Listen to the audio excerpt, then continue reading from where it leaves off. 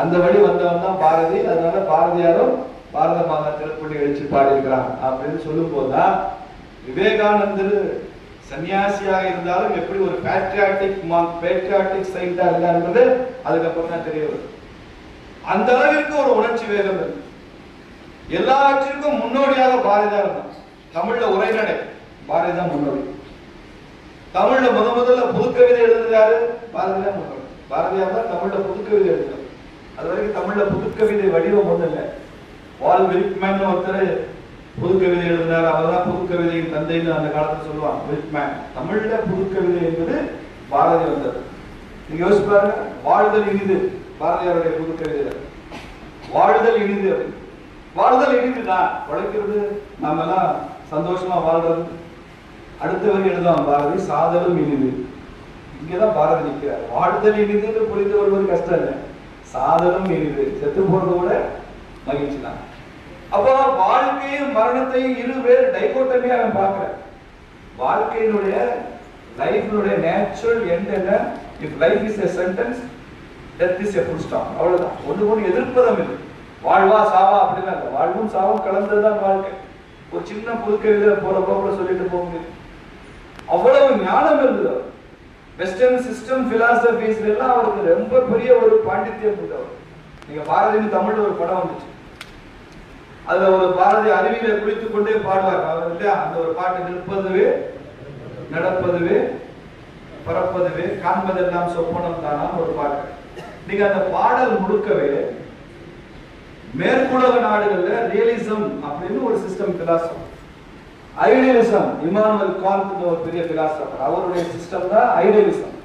இந்த ஐடியலிசத்துக்கும் ரியலிசத்துக்கும் ஒரு பெரிய விவாதம் நடந்து கொண்டே இருந்தது மேற்கு நாடுகள்ல. அந்த விவாதத்தினுடைய வெளிப்பாடு தான் இந்த பாட்டு. நிற்பதுவே நடப்பதுவே பறப்பதுவே காண்பது. அதாவது எல்லாமே ரியலா இல்ல எல்லாமே கற்பனை தான். இந்து மதத்தை முழுக்க ஏற்றுக்கொண்ட, அப்படியே ஏற்றுக்கொண்ட பாரதி மாயாவாதத்தை ஏற்றுக்கொள்ள, உலகம் மாயைன்றத பாரதி ஏற்றுக்கொள்ள, எல்லா இடத்துலயும் ரிஜெக்ட் பண்றார். பகவத்கீதையை பற்றி பாரதி எழுதின உரையில மாயாவாதம்ன்றதே தப்பு. ஆதிசங்கரர் மாயா பத்தி சொல்லியிருக்கிறாரு, அதுவும் தப்புதான்றார். ஆதிசங்கரர் சொன்னாலும் அதை நான் ஏற்றுக்கொள்ள மாட்டேன். என் கண் முன்னால் நிற்கிறாளே மனைவி, அவள் மாயையா? பாரதி எழுதுறார். தோன்றிய எல்லாமே கடவுள் என்று சொன்ன பிறகு என் தோற்றத்திற்கு முன்னால் இருக்கும் என் மனைவி மாயையா? நான் சிரித்தால் அவள் சிரிக்கிறாளே, அது மாயையா? நான் அழுதால் என் மனைவியும் அழுகிறாளே, அது மாயையா? இது போன்ற மாயாவாதம் நமக்கு உதவாது அப்படின்னு அதை புரட்டி போட்டு சொல்றாங்க. ஜோதிடம் தன்னை இகழ் பாரதியினுடைய புதிய ஆட்சி. பல பேருக்கு ஆச்சரியமா இருக்கு. தமிழ்நாட்டில் பல பேர் பகுத்தறிவு, சமூக நீதி இதுக்கெல்லாம் சொந்தம் கொண்டாடுறவங்க நிறைய பேர் இருக்காங்க. தமிழ்நாடே சமூக நீதி மண்ணுதான். சமூக நீதி என்பது தவிர்க்க முடியாது. எல்லோருக்கும் சமூக நீதி கட்டாயம் வேணும். ஆனால் தமிழகத்தில் நாம் பேசுகிற எந்த சமூக நீதிக்கும் முன்னோடி சுப்பிரமணிய பாரதி தான் என்பதை நாம் புரிந்து கொள்ள வேண்டும்.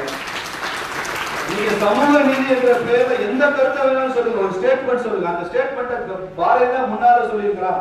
1921 முன்னாலே அதை சொன்னவன் பாரதி தான் என்பதை நான் சொல்ல முடியும்.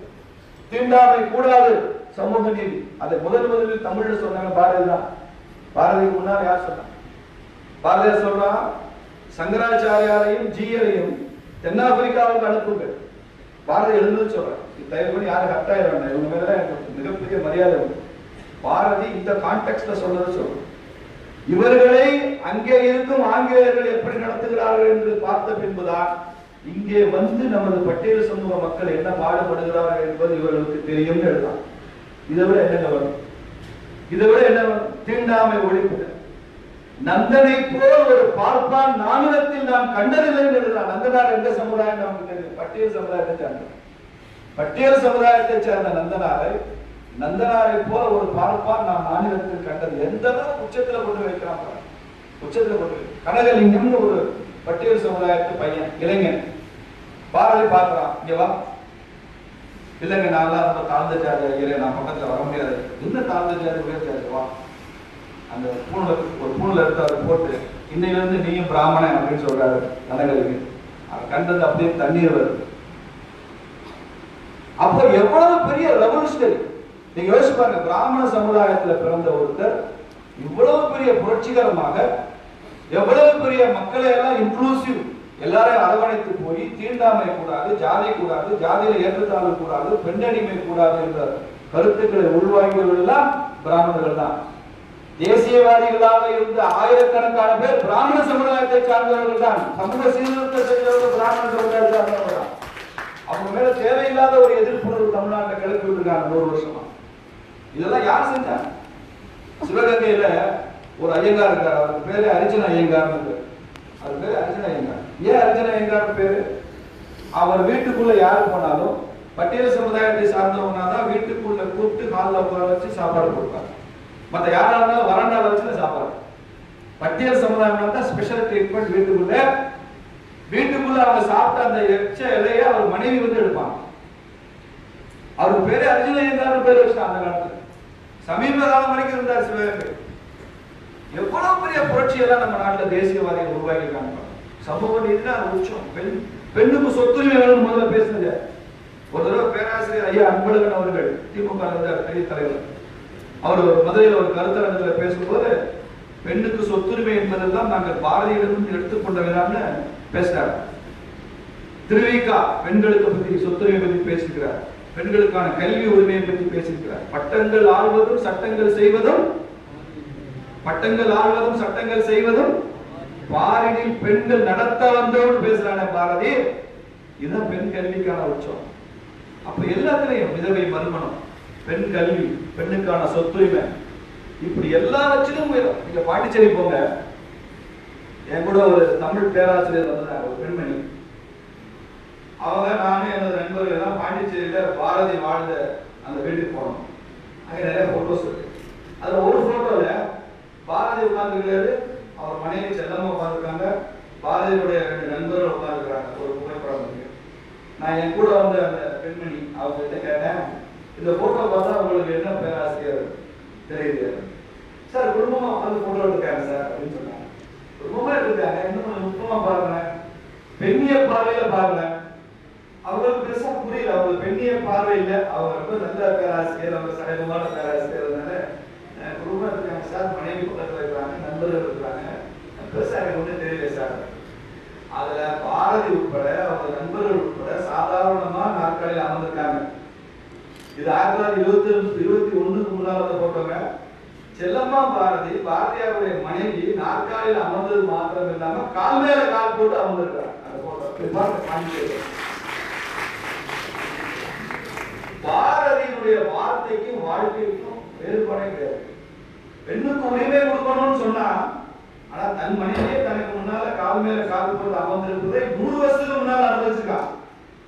இன்னைக்கு நீங்க நானும் அனுமதிக்க மாட்டோம். என்ன திமுக அவனுக்கு கால் மேல கால் போட்டுருக்க, உன் கால் மேல போட்டாங்க, அந்த அம்மா அது கால் மேல அதுக்காக போகுது. பெண்கள் ஏன் கால் மேல கால் போடக்கூடாது? அப்போ அவ்வளவு சுதந்திரம் கொடுத்துருக்கான், உரிமை இருந்திருக்கு, அந்த பொண்ணு அதை அனுபவிச்சிருக்கு. அதானே நீங்க ஒரு சம்பவம் கேட்டு நான் ரொம்ப நெகிழ்ந்து போயிட்டேன். சகுந்தலா பாரதி பாரதியார் பத்தி எழுதியிருக்கிறார். தன் அப்பா, எனக்கு 8-9 வயசு தான் இருக்கும் எழுதா சகுந்தலா, எனக்கு 8-9 வயசு தான் இருக்கும். எங்க அப்பா திடீர்னு வருவாரு சில நாட்கள்ல, இங்க நில்லுமா அப்படின்னு அந்த அவர் வீட்டுல அந்த கூடத்துல காலில் நிற்க வைப்பாரு. ஏன்பா நில்லு சொல்றாரு, நிற்பேன். திடீர்னு எங்க அப்பா என் காலில் விழுந்துறாரு. திடீர்னு காலில் விழுந்துறாரு அப்பா. எனக்கு அப்படியே பதற உடம்பு, என்ன நம்ம அப்பா வந்து மக காலில் விழுறாரு, அப்பா என்னப்பா இப்படி பண்ற எந்தி அப்படின்னு சொன்னா, மக காலில் விழாதாமா, நான் சின்ன பிள்ளை, நீ எவ்வளவு பெரிய ஆளு, என் காலில் விழுந்து அப்படின்னு நான் கோச்சுவேன். அப்ப எந்திரிச்சு அப்பா சொல்றாரு, நீ என் மக சக்தி, பராசக்தி அப்படின்னு சொல்லுவாங்க.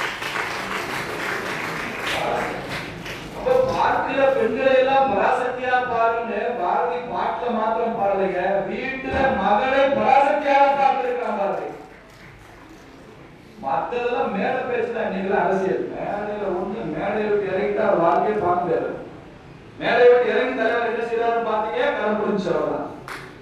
மேடையில தலைவர் என்ன பேசுறாருன்னு மாத்திரம் பார்த்துட்டு விட்டுறணும். மேடையை விட்டு இறங்கிட்டப்ப தலைவர் அரசியல் பணி பெண்ணே அழைப்பதால் என்ன செய்வாருன்னு தெரியாது. இன்னைக்குள்ள வாழ்க்கை அப்படி ஒரு வைராக்கியமான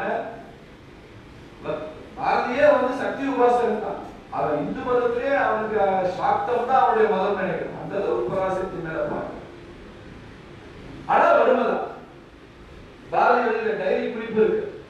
அது எழுதுறான் பராசக்தி பேசுறாரு. பராசக்தி உனக்கு அறிவு இருக்கா? முதல் வார்த்தை அதான். நான் படிச்சுட்டு ஆச்சரியப்பட்ட பராசக்தி நம்ம தான் பயபக்தியோட சாமிக்கிறோம். பார்வதி வந்து பராசக்தி. அடுத்தது உனக்கு அறிவு இருக்கா? என்னை எப்படி கஷ்டப்பட விடலாமா? எழுதிருக்கான். என்னை எப்படி கஷ்டப்பட விடலாமா? நான் எப்படி கவிதை எழுதுறேன்? ஒப்புக்கு அரிசிக்கு நான் கடன் வாங்கிட்டு இருக்கிறேன். நேற்று வரைக்கும் என் குழந்தைக்கு ஜுரம் தான் காய்ச்சல், ஃபீவர். தமிழ் சொன்னா ஃபீவர் உங்களுக்கு புரியுற மாதிரி 2 வாரமா காய்ச்சல். நானும் செல்லமாவும் பதறி போயிட்டோம். ஒவ்வொரு நிமிடமும் ஐயோ இந்த பிள்ளை பிழைக்குமா பிழைக்காத. அந்த காலத்துல காய்ச்சல் தான் பெரிய ட்ரீட்மெண்ட் இல்ல. சித்த வைத்தியர் மூலிகை கசை கொடுப்பாரு, அவ்வளவுதான் முடிஞ்சு போச்சு. பதறி போறோம். 15 நாளா தூக்கம் இல்லை, சாப்பாடு இல்லை. இப்பதான் என் பிள்ளை சரியா இருக்கா. கடன் வைத்தியனுக்கு கொடுக்க பணம் இல்லை, வீட்டு வாடகை கொடுக்க பணம் இல்லை. இப்படி கஷ்டப்பட வைக்கலாமா உனது பக்தனை? உனக்கு கொஞ்சமாவது அறிவு இருக்கா? கொஞ்சமாவது அறிவு இருக்கா? இப்படி ஒப்புக்கு அரிசிக்கு என்னை கஷ்டப்பட வைக்கிறியே, நான் எப்படி தேசத்துக்காக கவிதை எழுதுறது அப்படின்னு நீங்க எழுதிக்கிறாரு. அதுக்கு அந்த அம்மா அப்படியே புத்தகத்துல அப்படியே போட்டுருக்காங்க. பாரதி எங்க அப்பா எழுத டைம் போயிருக்கு அப்படின்னு எடுத்து போட்டுருக்காங்க. அந்த உண்மைதான். வாடகை கொடுக்க பணம் இல்லை, வைத்தியம் கொடுக்க பணம் இல்லை. பாரதிக்கு வீடு வாடகை கொடுத்தவர் வரும். வாடகைக்கு கொடுத்தவரு பதுங்கி வருவார், பயந்து போய். எதுக்கு பதுங்கி வரா தெரியுமா? வாடகை கேட்கறதுக்கு. இவர் வாடகை வீட்டுல குடியிருக்கிறவர் ஜமுனாவில் விடுக்க உட்கார்ந்துருக்கார். என்ன செட்டியாரே, என்ன வந்தீர் அப்படின்னு கேட்பார். இவர் கேட்கறத பார்த்தா இவர் தான் வாடகை கொடுத்த மாதிரி தெரியும். ஆனா வாடகை கொடுத்தது செட்டியார். என்ன செட்டியார், என்ன வந்தீர்? இல்லைங்க, ஒரு 6 மாசமா வாடகை பாக்கி இருக்கா. நான் தரவே இல்லை, அவங்களுக்கு வாடகை தரவே இல்லை, 6 மாசமா தரலைங்க. அப்படியா அப்படின்னு அதிர்ச்சி அடைஞ்ச மாதிரி எந்திரிச்சு போய் பராசக்தி பணம் வச்சிருக்காங்க. அதை போய் பராசக்தி செட்டியாருக்கு வாடகை கொடுத்தவள் அப்படின்னு மாடிக்கு வருவாங்க. செட்டியார் அடுத்த 6 மாசம் கழிச்சு வர முடியும். அவர் நினைச்சுக்கலாம், நம்ம முதலுக்கு வாடகை கொடுத்தோமா, பராசக்திக்கு வாடகை கொடுத்தோமா, யாருக்கு வீடு வாடகை கொடுத்தோம்னு தெரியாம. ஆனா பாரதி மேல அவரோட மரியாதை, அவருக்கு அவ்வளவு பிரியம். அவர் எல்லாரும் ஐயர் தான் கூடுவாங்க. பாரதியின் பேர் சொல்லி கூட கூட மாட்டாங்க, ஐயர் தான் கூடுவாங்க. ஐயர் தான் ரெஸ்பெக்டபிள் வேர்டு. ஜாதியை குறிக்கிற மாத்திரம் இல்லை, மரியாதையை குறிக்கிற வார்த்தை. சரி ஐயா சொல்லிட்டா சார், ஐயா கஷ்டப்படுறாரு. செல்லம்மாவும் சொல்லுவாங்க, இதை அப்படியே கொடுத்துருவேங்க, நான் பேசி ஏதாவது பணம்லாம் ரெடி பண்ண சொல்லி கொடுத்துருவேன். அதுல இவருக்கு பரோபகாரம். மதுரையில வேலை செய்யறப்போ சேதுபதி பள்ளிக்கூடத்துல இருந்து அவர் ஒரு குதிரை வண்டியில தான் வேண்டி போவார். பாரதியாருக்கு ஒரு பழக்கம் உண்டு, யாரை பார்த்தாலும் பாண்டியா அப்படின்னு தான் கூப்பிடுவார். அவரே பாண்டிய நாடுகார் தான். குதிரை வண்டி ஓட்டுறவனே பாண்டியா அப்படின்னு தான் கூப்பிடுறாரு. ஒரு நாள் குதிரை வண்டி ஓட்டுறவனை பார்த்தாரு. உனக்கு சட்டையே இல்லையா அப்படின்னு கேட்டாரு. இல்லைங்க, இவர் போட்டு கோட்டு அதுக்கு அப்படியே கொடுத்தாரு. அவன் கோட்டை போட்டு பார்த்துட்டு உள்ள கை விட்டாங்கன்னா அந்த 200 சம்பளம் கவரு. அப்பதான் சம்பளம் கொடுத்துருக்காங்க சேதுபதி பள்ளிக்கூடத்துல. அந்த காலத்து சம்பளம் எவ்வளவு தெரியும் எனக்கு, 100 ரூபாய் 200 ரூபாய் இருக்கலாம், குறைவா கூட இருக்கலாம். அந்த கவர் எடுத்து, ஐயா இது பணம் இருக்கு, கோட்டு வச்சுக்கிறேன், பணம் இருக்கு. இல்ல அதை நீயே வைத்துக்கோ, நீதான் இவ்வளவு சிரமப்படுறாய மாட்டியா, வைத்துக்கோ அப்படின்னு போயிட்டாரு. வீட்டுல போனா ஒண்ணும் இல்லை. அவங்க ஏதோ 1ஆம் தேதி சம்பளம் வரும்னு சொல்லாம ரெடியா உட்காந்துருக்கு. எங்கன்னா பாண்டியன் ரொம்ப சிரமப்படுறான், அதனால கோட்டு கொடுத்தேன், கோட்டோட சேர்ந்து பணத்தையும் கொடுத்தேன். என்ன இப்படி பண்ணிட்டு ஒரு பிள்ளைகளை எப்படி பார்க்கறது, உனக்கே நான் எப்படி சாப்பாடு கொடுக்குறது அப்படின்ட்டு அந்த அம்மா திரும்ப போய் அந்த பாண்டியன் வீடு எங்க இருக்குன்னு தேடி போய், அந்த கோட்டை வேணா நீ வச்சுக்க பாண்டியா, எங்க வீட்டுக்காரருக்கு ஐயர் கொஞ்சம் உணர்ச்சி வசப்படுவாரு, அது ரூபா சம்பளத்துல ரூபா எனக்கு தேவையில்ல, பாதியாவது கூட எங்க வீட்டுல அனுப்பி வேண்டாமான்னு கேட்டு அவன் பரிதாபப்பட்டு நம்ம மேல அப்படியாப்பட்டார். ஐயர் இருந்தா நான் முழு படத்தை நான் தரேன் அப்படின்னு வச்சுட்டு கோட்டு கூட தந்துறேன் இருக்கான். இல்ல அதெல்லாம் வேண்டாம், நீ வச்சுக்கோ, பிரியமா கொடுக்க பணம் வந்து கொடுக்கு அப்படின்னு வாங்கிட்டு குடும்பத்தை நடத்தியதாக இதெல்லாம் எழுதப்பட்டதுதான். அவங்களே அவங்க குடும்பத்தை சார்ந்தவர்களே சொன்ன ஒரு விஷயம் தான். இப்ப புவனா மேடம் ஆரம்பத்தில் சொன்னாங்க, திருவனந்தபுரத்துல ஒரு திருமணத்துக்கு போறாங்க, குடும்பத்தோட போறாரு. திருவனந்தபுரத்துல பெரிய ஜூ இருக்கு, உயிர் காட்சி சாலைன்னு சொல்லுவாங்க அந்த காலத்துல. அந்த கூண்டுக்குள்ள ஒரு சிங்கம். 2 மணி நேரம் சிங்கத்தை பார்த்தோன்னே அப்படியே குஷி. என்னைக்குமே பறவைகள் எதை பார்த்தாலும் குஷியாயிருவாரு. காக்கை, குருவி, எங்க ஜாதி. ஆடு ஒருத்த கசாப்பு கடைக்கு போனா ஆடு வெட்டுறதுக்காக கசாப்பு கடைக்கு கொண்டு போயிருக்கான், குட்டி ஆடு. இப்படி சிறிய குட்டியவா நீ வெட்டி கசாப்பு போட போகிறா? ஆமா, இந்த ஆடு என்ன விலையில இருக்காரு, 20 ரூபா 30 ரூபா இருக்காரு கொடுத்து ஆட்டை வீட்டு வாங்கி காலைல வீட்டில் அந்த ஆட்டை கட்டிட்டாரு. இன்னைக்கே ஐயர் வீட்டில் அகரகாலத்தில் இப்படி ஆட்டை வீட்டுக்குள்ள கட்டி போட்டால் யாருமே நம்மளை மதிப்பாங்க. அது மேலே கட்டிட்டு சுற்றி உள்ளவங்க அவங்க பார்க்க ஆரம்பிச்சிட்டாங்க. இன்னொரு வீட்டில் ஐயர் ஆடு இருக்காரு. அது ஒரே புழுக்க போட்டு கோமியமெல்லாம் போட்டு பெரிய ஸ்மெல். தினசரி அந்த அம்மா என்ன சொல்றாங்க, காலையில் வந்து எனக்கு இதெல்லாம் அந்ததுதான் நேரமே இருக்குது சொன்னா கேட்க மாட்டேங்கிறார். இல்லை இல்லை, ஆட்டை வெளியில் விட்டால் கஷ்டப்படுறதுக்காக வெட்டி கொண்டு விடுவோம். ஜீவகாருண்யம் என்றால் அவனுக்கு என்னன்னு தெரியாது. நாம தான் அந்த ஆட்டை பார்த்துக்கணும். ஒரு ஸ்டேஜில் தாக்க முடியல, நீங்க ஆடு வேணுமா நாங்க வேணுமா சொல்ல, ஆடு வேணும் ஆட்டை வச்சுக்க, நாங்க ரெண்டு வெளியில போயிடுவோம் அப்படின்னு அந்த அம்மா ரொம்ப கோச்சிட்டோன்னே சரி சரி நம்ம ஒருத்தரை கூப்பிட்டு இந்த ஆட்டை நீ வச்சுக்கோ அப்படின்னு சொல்லி ஃப்ரீயா கொடுத்து கசாப்புக்கு அனுப்பிவிடக்கூடாது. கண்டிஷன் தான், கசாப்புக்கு அனுப்பிவிடக்கூடாது, நீ வளர்த்து வளர்த்த வேலை செய்யப்பாங்க, கசாப்புக்கு அனுப்புவோம் கொடுத்து விட்டாரு. அந்த ஒரு எமோஷன்.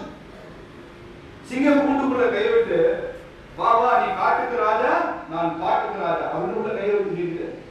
இருக்கா சிங்கம் பக்கத்துல வந்து ஓடி போய் பிடிச்சி இழுத்து கையை வந்து இழுத்து கொஞ்சம் போயிட்டா அவன் தப்பு பிடிச்சிருப்பான். அவ்வளோ என்ன வருது, கை தனியாக போயிடும். சிங்கத்து மேல என்ன எஃப்ஐஆர் போட முடியாது, ரிலீஸ் பண்ண முடியாது, கோர்ட்ல இருக்க முடியாது. அந்த அளவு அவருக்கு யானை அப்படிதான் திருவள்ளிக்கேணியில பாகிஸ்தானி கோயில் யானை, அந்த யானைக்கு மதம் படிச்சிருக்கு. மதம் படிச்சதுனால யாரும் பக்கத்தே போல. இவர் போய் பக்கத்துல யாருமே இல்லைன்னு கவலைப்படல. ஏன்னா யாரும் அருகில் செல்வம் இவர் ஏதோ வாழைப்பழம் வாங்கி போய் கொடுத்தா அது பொங்க வச்சு ஒரு தட்டு தட்டி வச்சு கலந்து வச்சு யானை மிதிச்சு குத்தி அதெல்லாம் இல்லை, தட்டி விட்டுருச்சாரு. பேச அந்த மஃபர் கீழே விழுந்தார். யானை காலுக்கு அடியிலே விழுந்தார். தட்டி விட்ட யானைக்கு என்ன செய்யறது தெரியல. அதுவும் பார்த்து பேசாம தான் இருக்கு. ஒன்றும் அவரை காம் பண்ணல, தொந்தரவு பண்ணல. கோடை கண்ணன் ஒருத்தர் இருக்கான், பாரதியாருக்கு ரொம்ப நெருக்கமானவன், அவருடைய சீடர் மாதிரி இருப்பான். அவன் கதவு கேள்விப்பட்டு பக்கத்துல எங்கேயோ இருந்தவன் ஓடி வந்து அவன் இந்த யானைக்கெல்லாம் பயப்படாம அடியில் உள்ள போய் அவரை இழுத்துட்டு வந்து காப்பாற்றிருக்கான். அதனால யானை மிதிச்சு பாரதி சாகல. பாரதி இறந்தது அமீபியாசிஸ்னால டயரியானால தான். தொடர்ந்து அவருக்கு 10-15 நாட்கள் தீராத வயிற்றுப்போக்கு, அது அவங்க டீஹைட்ரேஷன் தான் இறந்துருக்காரு. இன்னைக்கு வந்து அது ஒரு சாதாரண ட்ரீட்மெண்ட், ஒரு ட்ரிப்ஸ் போட்டால் சரியாக ஒரு ட்ரீட்மெண்ட் தான். ஆனால் அந்த காலத்தில் அதெல்லாம் இல்லை. அதனால அவர் இறந்துட்டார். டயரியாலையும் அமீபியாசிஸ்ல தான் அவர் காலமாக இருக்கிறார். இதுவும் அவங்க பொண்ணே எழுதின பதிவு தான். யானைக்கும் அதுக்கு சம்பந்தம் இல்லை, அவங்களே இருக்காங்க. அப்படி ஒரு பெரிய ஆச்சரியமான வாழ்க்கை பாரதியார் வாழ்க்கை. உலகத்தில் எந்த இடத்துல நடந்தாலும் ஒரு பத்திரிகை ஆசிரியராக இந்த தமிழ் சமூகத்திற்கு முதல்ல அந்த கருத்தை சொல்வது எனது பொறுப்புன்னு தமிழ்நாட்டு மக்களுக்கு முதல்ல அந்த செய்தி சொன்னாலும் பாரதி.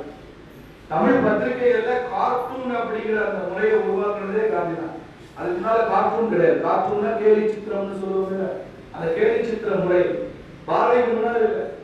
அது மாதிரி அவர் நடத்தி வந்த இந்தியா பத்திரிகைகளுடைய சந்தா ரொம்ப ஆச்சரியமா இருக்கும். ஒரு பத்திரிகை சந்தா வாங்குறீங்க, இப்ப இந்து தினமலர் தான் வாங்குறீங்கன்னு வச்சுங்க, மாத சந்தா 150, 200 போட்டிருப்பாங்க, 300 போட்டிருப்பாங்க, கட்டிருப்பீங்க. நீங்க பாரதி நடத்தின இந்தியா பத்திரிகையில சந்தா அப்படின்னு போட்டு ஏழைகளுக்கு வருஷத்துக்கு 1 ரூபான்னு வரும், ஜமீன்தார்களுக்கு வருஷத்துக்கு 10 ரூபா, அப்புறம் நடுத்தர மக்களுக்கு வருஷத்துக்கு 5 ரூபா, இப்படி சந்தா போட்டிருக்காங்க. சாதாரண அதே சந்தா, ஜமீன்தாருக்கு அதே சந்தாவா, ஜமீன்தாருக்கு கூட கொடுக்குறாங்க. இப்படி சந்தாவிலே டிஃபரன்ஸ் இருக்கு. அவர் போட்டிருக்கிற அந்த உடை இருக்குல்ல, ஒரு கோட்டு போட்டிருக்காரு. இந்த உடை இது வந்து நம்ம தமிழ்நாட்டு உடையே கிடையாது, சாதாரண மக்களுடைய உடை. எங்க காசியில கங்கையில படகோட்டிகள் அணிய உடையுள்ளவர். கடைசி வரைக்கும் பாரதியார் போட்டிருந்த உடை அங்கே போய் அந்த மக்களோட பழகி கங்கையில படகு போட்டு அந்த சாதாரண மக்களோட பழகி அதே மாதிரி உடைய அணிஞ்சு அதே மாதிரி டர்பன் கட்டி மீசையெல்லாம் பெருசா வச்சு, அதெல்லாம் மீசையெல்லாம் வைக்க மாட்டாங்க, இதெல்லாம் மீசையெல்லாம் நல்லா வச்சு அதை முறுக்கி வர விட்டு அப்படி கடைசி வரைக்கும் அந்த ரெவல்யூஷனரியாகவே தன்னை கதவமைத்துக் கொண்டவர் பாருங்க. 1970 ரஷ்யாவில் புரட்சி வருது. லெனின் தலைமையில ஜார் மன்னர்களை எதிர்த்து பெரிய புரட்சி பண்ணி அங்கே கம்யூனிஸ்ட் ஆட்சி முறையை கொண்டு வர லெனின். அப்படி ஒரு சம்பவம் நடந்ததே இந்தியாவில் பலருக்கு தெரியாது.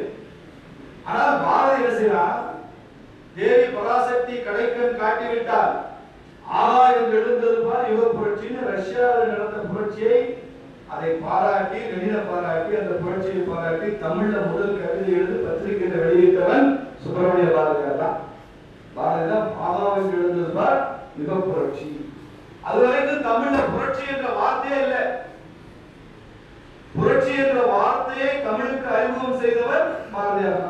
கம்யூனிஸ்ட் அவருடைய போர் நன்றியோடு புரட்சி அப்படிங்கிற வார்த்தை தமிழை பயன்படுத்தப்படாத 30 கோடி ஜனங்களுக்கும் பொது உடைமை அப்படின்னு அந்த வார்த்தை பயன்படுத்தினது பாரதியார். பொது உடைமை அப்படிங்கிற வார்த்தையை பயன்படுத்தினதும் முதல்ல பாரதியார். பாரதிக்கு முன்னால பொது உடைமைங்கிற வார்த்தை இல்லை, புரட்சின்ற வார்த்தை இல்லை. இதெல்லாம் தமிழுக்கு அறிமுகம் செய்யலாம், புதிய புதிய வார்த்தைகளை அறிமுகம் செய்யலாம். பாரதி கல்வி சிறந்த தமிழ்நாடு, உயர் கம்பன் பிறந்த தமிழ்நாடு. தமிழ்நாடு என்ற வார்த்தை பாரதிக்கு முன்னால ரொம்ப ரொம்ப ரொம்ப குறைவு. திருக்குறள்ல தமிழ்நாடுன்ற வார்த்தை இல்லை, சங்க இலக்கியங்கள்ல ஏதோ ஒரு இடத்துல தமிழ்நாடுன்ற வார்த்தை வருதுன்னு சொல்றாங்க. மேலே தமிழறிஞர்கள் வச்சுட்டு ரொம்ப பேசக்கூடாது. அப்ப தமிழ்நாடுன்ற வார்த்தையுமே பிரபலப்படுத்துவது யாரு? பாரதி. பாரதிக்கு முன்னாலதான் பாரதி வந்ததுக்கு அப்புறம் தமிழ்நாடு தமிழ்நாடு அந்த வார்த்தைகளை தனது கவிதைகள் அதிகமாக பயன்படுத்துவது பாரதியார். அதுக்கப்புறம் தான் 60களில் அண்ணாதுரை மாதிரி மூத்த தலைவர்கள் தான் தமிழ்நாடு பேர் மாற்றம் சொல்லணும். அப்போ சிவஞானம் பெரிய தலைவர் வந்தார். அவர் தான் தனிநபர் தீர்மானமாக சட்டமன்றத்தில் கொண்டு வந்தார். அப்போ முதலமைச்சராக இருந்தவர் அறிஞர் அண்ணா அவர்கள். இதை ஏன் தனிநபர் தீர்மானம் வச்சுக்கிறீங்கன்னு மாப்போசியை கேட்டு நாம எல்லாருமே சேர்ந்து தீர்மானம் போடுறோம்னு தமிழ்நாடு இது அதுக்கு முன்னால சென்னை மாகாணம் இருந்தது தமிழ்நாடு என்ற உருமாற்றினாங்க. அதுக்குதான் தமிழ்நாடு மாறிச்சு. அதுக்கு முன்னால மெட்ராஸ் பிரசிடென்சி சென்னை மாகாணம். ஆனா அதை தமிழ்நாடு என்று முன்னாலே 1927 முன்னாலே சொன்னது யாரு? சுப்பிரமணியம்.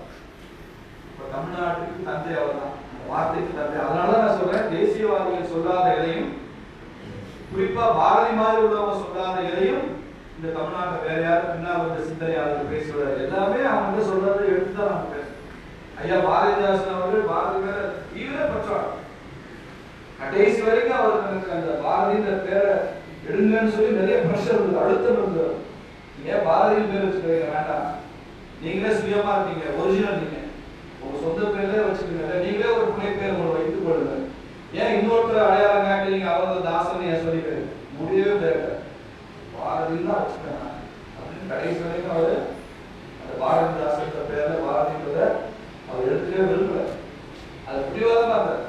பாரதியாருடைய நிறைய கொள்கைகள்ல கருத்துக்கள்ல முரண்படுறவர் தான், வேறுபாடு உள்ளவர் தான் பாரதிதாசன். ஆனாலும் தனது குருநாதர் பாரதிதான் என்பதை பாரதி மேல தனக்கு அளவுடைய மரியாதை அன்பும் உண்டு என்பதை அந்த பெயர் வைத்துக் கொள்வதில் அவர் பெருமைப்படுகிறார் என்பது அவருக்கு மாற்றம் இருக்கிறது. அந்த ஒரு பாரதியினால் இன்ஸ்பயர் ஆகாத கவிஞர்களே பாரதிக்கு பின்னால் தமிழ்நாட்டில் யாரும் இல்லை. இந்த காலத்தில் உள்ள வைரமுத்து உட்பட, வாலி உட்பட, கண்ணதாசன் உட்பட யார் சினிமா பாடலாசிரியராக இருந்தாலும் சரி, அவர்கள் கவிஞர்களாக இருந்தாலும் சரி, பாரதினால அவங்க இன்ஃபுளுன்ஸ் ஆகல அப்படின்னு ஒருத்தர் சொல்லவே முடியாது. எங்கேயோ ஒரு இடத்துல இன்ஃபுளுன்ஸ் ஆயிருக்கும், ஏதோ ஒரு இடத்துல இன்ஃபுளுன்ஸ் ஆயிருக்கும். பகுத்தறிவு பேசுறவங்க இன்ஃபுளுன்ஸ் ஆயிருப்பாங்க, சமூக நீதி பேசுறவங்க, தேசியம் பேசுறவங்க, திராவிடம் பேசுறவங்க, பொது உடைமை சித்தாந்தம் பேசுறவங்க, அல்லது தீவிரமா ஆன்மீகம் பேசுறவங்க, பெண்ணியம் பேசுறவங்க, எல்லா பிலாசபி எல்லா ஐடியாலஜியும் ஒரு காமன் மீட்டிங் பாயிண்ட் ஒன்று இருக்குன்னா அது பாரதியார். அந்த அளவுக்கு பாரதிய அந்த சோர்ஸ் இன்னைக்கு கூட சோர்ஸ். ஐயா வஉசி அவர்கள் மகத்தான தியாகம் செய்து ஓட்டிய கப்பல் இன்னைக்கு 2024 அது ரெலவெண்ட் இல்லை. மகாத்மா காந்தி அன்னைக்கு ராட்டர் வந்து கதர் துணி பெற்று கதரை ப்ரமோட் செய்து கைத்தொழில்களை ப்ரமோட் செய்தது இன்னைக்கு ரெலவெண்டா இல்லைன்னு தெரியல. அன்னைக்கு திருச்சியிலிருந்து வேதாரண்யம் வரைக்கும் இந்த தேசிய கல்லூரியிலிருந்து ராஜாஜி நடந்த உப்பு சத்தியாகிரகம் மாதிரி போராட்டம் இன்னைக்கு அது பொருத்த முடியல. ஆனா இன்னைக்கு அது தேவையா, இன்னைக்கு ரெலவென்ஸா தெரியாது. இப்படி பல தலைவர்கள் செய்த பணிகள் இன்னைக்கு 100 வருஷம் கழிச்சு ஆய்வு செய்யறப்ப அன்னைக்கு அது மிக சிறப்பானது, உயர்ந்தது, தியாகம். ஆனால் இன்றைக்கு அது தேவையா தேவையில்லையா விவாதத்தில் வைத்துக் கொள்ள முடியாது. ஆனால் 100 ஆண்டுகளுக்கு முன்னால் பாரதி எழுதின ஒவ்வொரு வரியும், ஒவ்வொரு எழுத்தும், ஒவ்வொரு பாடலும் இன்றைக்கும் தமிழ் மண்ணுக்கு தேவை என்பதில் எந்த விதமான கருத்து வேறுபாடு இன்றைக்கும் தேவை. அதை மறுக்கவே முடியாது. அவர் எழுதின புதிய ஆத்திச்சொல்லிதான் படிச்சுப்பாரு. அறம் செய்ய விரும்புன்னு சொன்ன அவை அடுத்த வரி என்ன சொல்றா? ஆறுவது சினம், கோபம் கொள்ளாதேன்னு சொல்றான். பாரதி என்ன சொல்றா தெரியுமா? ரௌத்ரம் படகு. ரௌத்ரம் படகு என்ன அர்த்தம்? கோபப்படுகிறார். மீதூன் விரும்பு, மீதூன் விரும்புல நம்ம சாப்பிடாத அப்படின்றது ஔவையாருடைய ஆத்திச்சொல். பாரதியாருடைய ஆத்திச்சொல் என்ன தெரியுமா? ஊன் மிக விரும்பு, நல்லா சாப்பிடு, நல்லா சாப்பிடு, ஊன் மிக விரும்பு. தையல் சொல் கேளியும் ஔவையாருடைய ஆத்திச்சொல். பெண்கள் சொல்றதை கேட்காதுன்னு அர்த்தம். பாரதியார் தையலை உயர்வு செய். இது பாரதியாருடைய முக்கிய அறிவு. அதுல அப்படி சொல்லியிருக்கிறா. பாரதியார் மாற்றி சொல்றாரு அப்படி இல்லை. இதை நீங்க சரியா புரிந்து வரும். இதை மாத்திரம் சொல்லி முடிச்சிடணும். தர்மத்துல அறத்துல 2 வகையான அணுகுமுறை. ஒண்ணு எட்டர்னல், எப்போதும் இருக்கும். இன்னொன்னு கான்டெக்ஸ்டுவல், காலத்துக்கு ஏற்ற மாதிரி மாறிக்கொண்டே இருக்கும். நீங்க ராமாயணத்துல ராவணன் போர்க்களத்துல நிராயுதபாணியா இருக்கும்போது ராமன் என்ன சொல்றாங்க? ராவணன் என்ன சொல்றாங்க? நிராயுதபாணியா இருக்கிற ராவணனை பார்த்து ராமன் சொல்லிய வாசகம் என்ன? இன்று போய் ஏன்னா நீ ஆயுதமே இல்லாம இருக்க, நிராயுதபாணியா இருக்க, நாளைக்கு எல்லா விருப்பம் எடுத்தோம், மறுபடியும் நாளை சண்டை போகும். அனுப்பிச்சு. அதே ராமன் தானே கிருஷ்ணா அவதாரத்துல கிருஷ்ணனா பிறகுறாரு. ராமனும் கிருஷ்ணனும் பெருமாள் 2 பேருமே பெருமாள் தானே, கிருஷ்ணனா பிறகுறாரு. இப்போ மகாபாரதத்துல குருச்சேத்திர யுத்தத்துல கர்ணன் நிராயுதபாணியா இருக்கிறான். கீழே புரிந்து அந்த தேர் சக்கரத்தை பள்ளத்துல இருந்து குழியில இருந்து தூக்கிட்டு இருக்கான். ஆயுதம் இல்லை. அந்த பக்கம் திரும்பி இருக்கான். இப்ப கிருஷ்ணன் என்ன சொல்றாரு? அர்ஜுனனை பார்த்து கண்ணன் என்ன சொல்றான்? கர்ணனுக்கு ஆயுதம் இல்லை. அந்த பக்கம் திரும்பி வேற நோக்கிருக்கான். அடி அடிச்சு காலி பண்ணுவான்.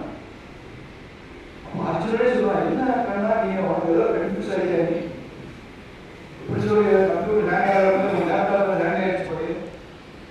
அதான் ஆயுதமே இல்லாம இருக்கா. நிராயுதபாணியை தாக்குறது போர் மரபு இல்லையே, யுத்த தர்மம் இல்லையே. அதெல்லாம் கவலைப்படாத, நான் சொல்றது சரி. அடிய காலி பண்ணு. கர்ணன் காலி பண்ணு. கர்ணன் திரும்பி கேட்கிறான். அடிச்சோன்னு புறப்பட்டு கேட்கிறான், இதுதான் அவன் தர்மம். நீ ஏதோ உலகத்துக்கே தெய்வம்னு சொல்றாங்க, நான் நிராயுதபாணியா இருக்கிறேன், என்னை தாக்க சொல்லலாமா? நீ சொல்லி அர்ஜுனன் அடிச்சுக்கலாம், அவன் நல்லா நீ தான் கன்ஃபியூஸ் பண்ணி எடுத்துறான், செய்யலாமா? அது கர்ணனுக்கு சொல்ற பதில் என்ன தெரியுமா? தர்மத்தை பத்தி நீ பேசாத, தர்மத்தை பத்தி நீ பேசாத. யோசிச்சு பாருங்க, ராவனுடைய மனைவி சீதையை ராவணன் கவர்ந்து செல்றான், அசோகவனத்துல சிறை வச்சிருக்கான்.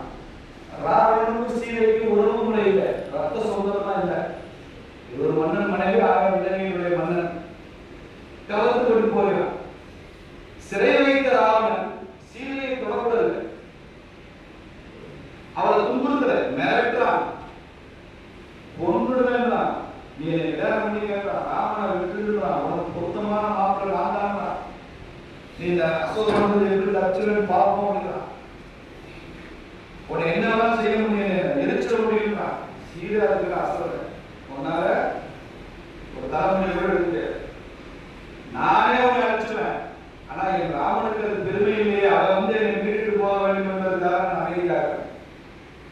ஆனால் ராவணன் சீதையை தோற்றது தவறான நோக்கத்தோடு. ஆனால் மகாபாரதத்துக்கு வாங்க, திரௌபதியை எல்லோரும் அமர்ந்திருக்கிற அவையில அவள் தூய்மைதான் தெரியாது, துச்சாதன கர்ணன் அதை கைகொட்டி சிரிச்சு வேடிக்கை பார்க்கிறான். எல்லா கௌரவர்களும் ஆமோதிக்கிறாங்க, எகத்தாளம். ஆனால் துரியோதனனுக்கும் திரௌபதிக்கும் உறவு முறை அண்ணி, தர்மனுடைய மனைவி, பஞ்சமானுடைய மனைவி அண்ணி திரௌபதி, தன் சகோதரர்களுக்கான மனைவி. அங்கே எதிரியின் மனைவியே அவன், இங்க சகோதரன் மனைவி அவமானப்படுறாங்க.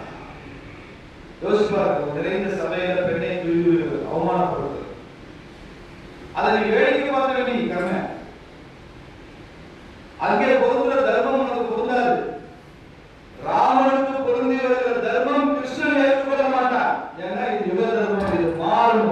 ஒவ்வொரு யுகத்துக்கு மாறும். அது வேற யுகம், அது திரேதாயுகம், இது துவாபர யுகம். இந்த யுகத்துல தர்மங்கள் மாறும். அதே மாதிரிதான் பாரதியார் அறம் செய்ய விரும்பு என்பது இஸ் எட்டர்னல் தர்மா, சனாதன தர்மா. சனாதனம்னா நிறைய பேர் தப்பா புரிஞ்சுக்கிட்டு சண்டை போட்டுருக்காங்க வார்த்தையை வச்சு. சனாதனம்னா எட்டர்னல், என்றும்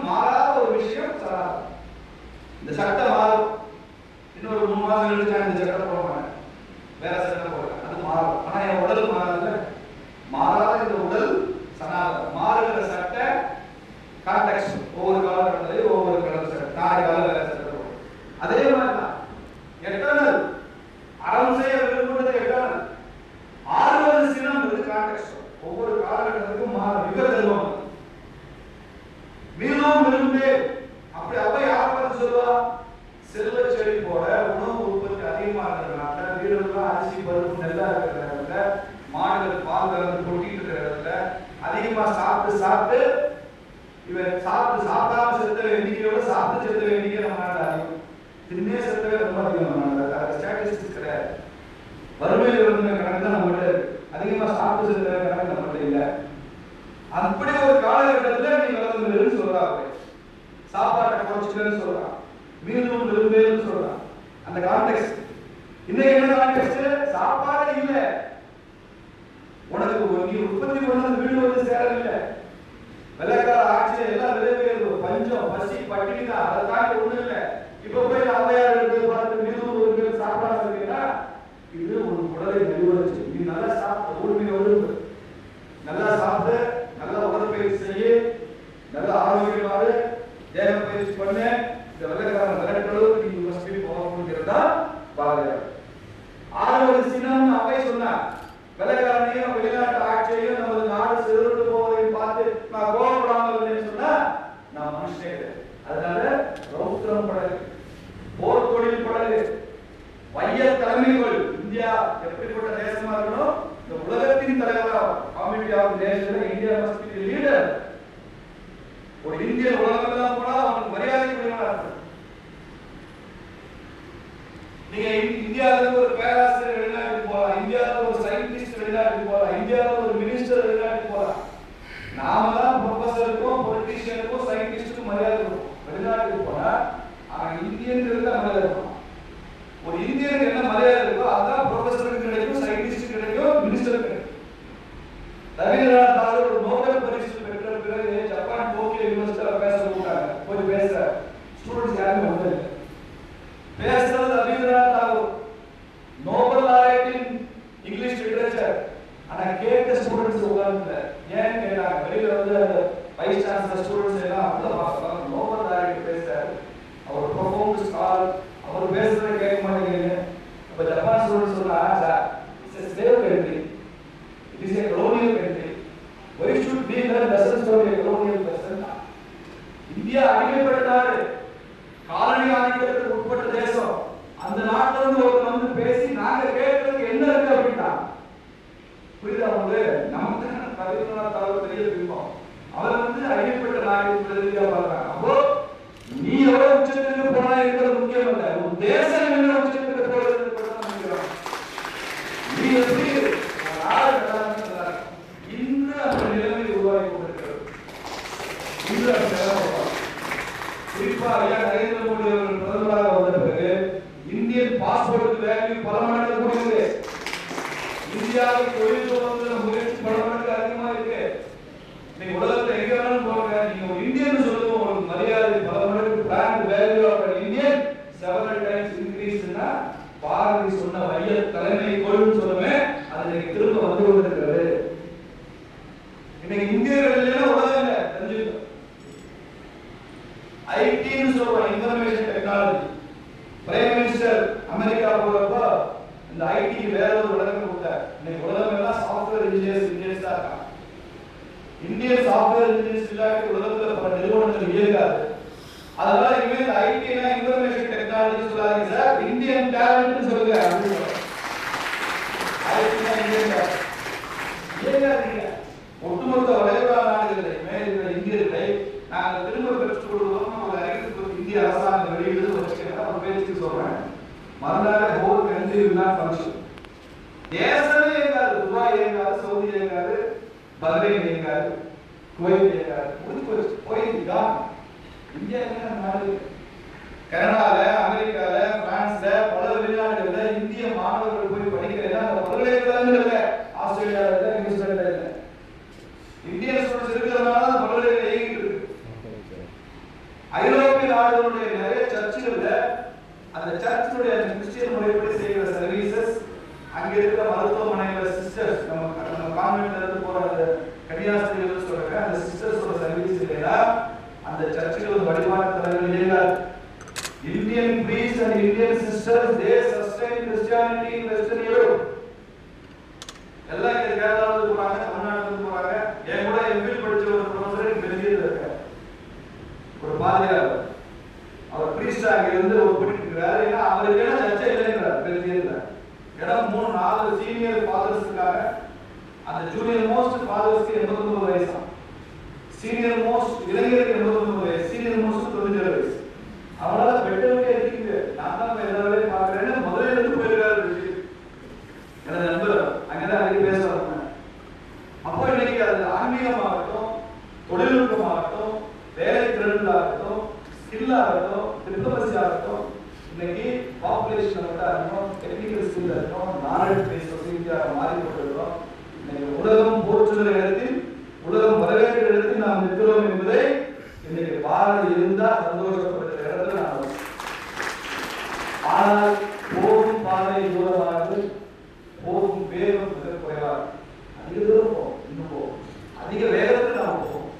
பாரதி ஏதோ கவித்துவமா ஒரு தமிழ் துறையினுடைய ஒரு ஆராய்ச்சிக்காக மாத்திரம் பேசிட்டு நாங்கள் வரேன். நமக்கு ஒரு கடமை இருக்கு, இன்னைக்கு கூட கடமை. பாரதி தன் வாழ்நாளில் தான் வாழ்ந்தது ஒரு ரிசர்ஜென்ட் இந்தியாக்காக, ஒரு எழுச்சி மிகுந்த ஒரு இந்திய தேசம். தமிழோட மலையாளி, இந்திக்காரன், பெங்காலியும், ராஜஸ்தானியும் ஒற்றுமையாக வாழ்ந்து இந்த தேசத்தை கொண்டாடுகிற 140 மக்கள் கொண்டாடுகிற ஒரு தேசம். ஐயா மாப்பு சிவஞானம் சொல்றாரு, வந்தே மாதரம் பாடலை வங்கிச்சந்திர சட்டர்ஜி பாடிய போது 7 கோடி வங்காளிகள் மாத்திரம்தான் அவருக்கு முன்னால் நின்றாங்க. 7 கோடி வங்காளிகளை மனசுல வச்சுதான் வந்தே மாதரம் பாடலை அவர் பாடினார்.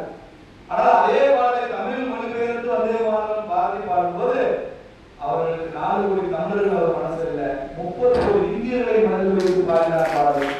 அதனால்தான் சொல்றேன், இந்தியாவில் தோன்றிய முதல் தேசிய கவி சுப்பிரமணிய பாரதி. மகாகவியா நிறைய இருக்கலாம், மரகவியா நிறைய இருக்கலாம், ஆசு கவியா நிறைய இருக்கலாம், ஒன்னொன்னு ஒரு அர்த்தம் இருக்கு. ஆனால் தேசிய கவி என்ற வார்த்தைக்கு முழுமையாக பொருத்தமுடையவர் சுப்பிரமணிய பாரதி தான். அவற்றில் நாம் கற்றுக்கொள்வதற்கு நிறைய இருக்கு, பெற்றுக்கொள்வதற்கு நிறைய இருக்கு. நீங்க தமிழ் மாணவர்கள் மாத்திரம் நீங்க பிகாம் படி, பிஎஸ்சி படி